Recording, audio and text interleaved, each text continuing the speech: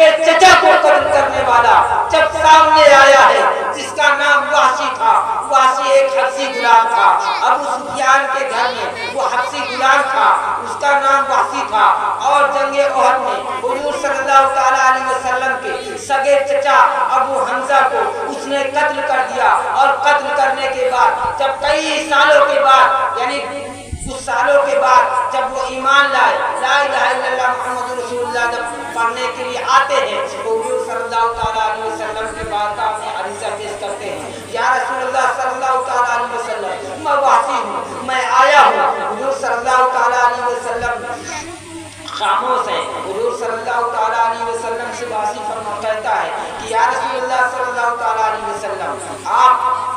کریم ہیں، آپ صلی اللہ تعالی علیہ وسلم سے میں امید لگا کے آیا ہوں، یا رسول اللہ صلی اللہ تعالی علیہ وسلم میں نے حمزہ کا قتل کیا ہے لیکن میں ایمان لانا چاہتا ہوں، کیا میرے گناہوں کو معاف کر دے گا اللہ؟ یا رسول اللہ صلی اللہ تعالی علیہ وسلم میں آپ کی بارگاہ میں آ گیا ہوں۔ اب سنو،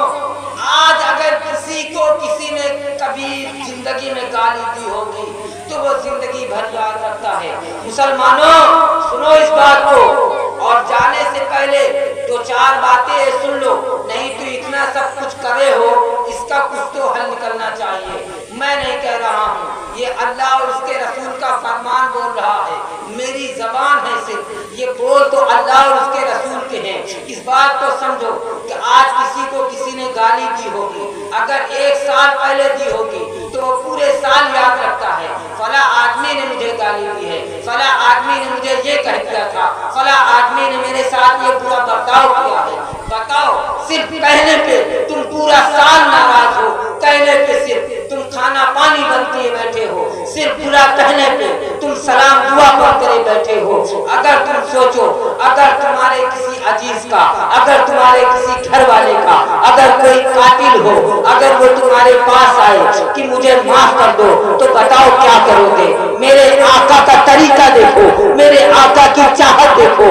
میرے آقا کی بخشش کا انداز دیکھو۔ حضور صلی اللہ تعالی علیہ وسلم کے پاس سگے چچا کا قاتل آتا ہے اور کہتا ہے یا رسول اللہ مجھے کلمہ پڑھا دیجئے اور مجھے بخشش کا پروانہ دے دیجئے، تو رسول کائنات صلی اللہ تعالی علیہ وسلم فرماتے ہیں اگر ایسا ہے تو آج سے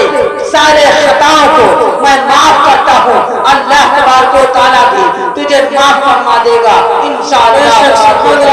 بس تو پڑھ لے لا الہ الا اللہ محمد رسول اللہ صلی اللہ تعالیٰ۔ بے شک سبحان اللہ، نعرہ تکبیر،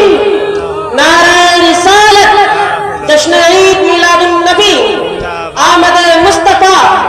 عظمت مصطفیٰ، سیرت مصطفیٰ، مسلک اعلیٰ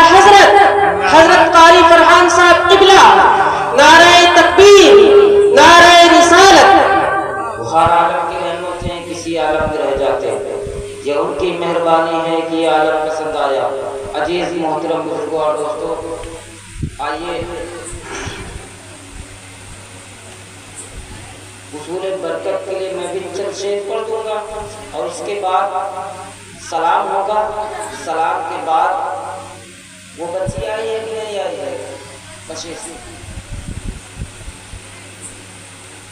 قرآن مکمل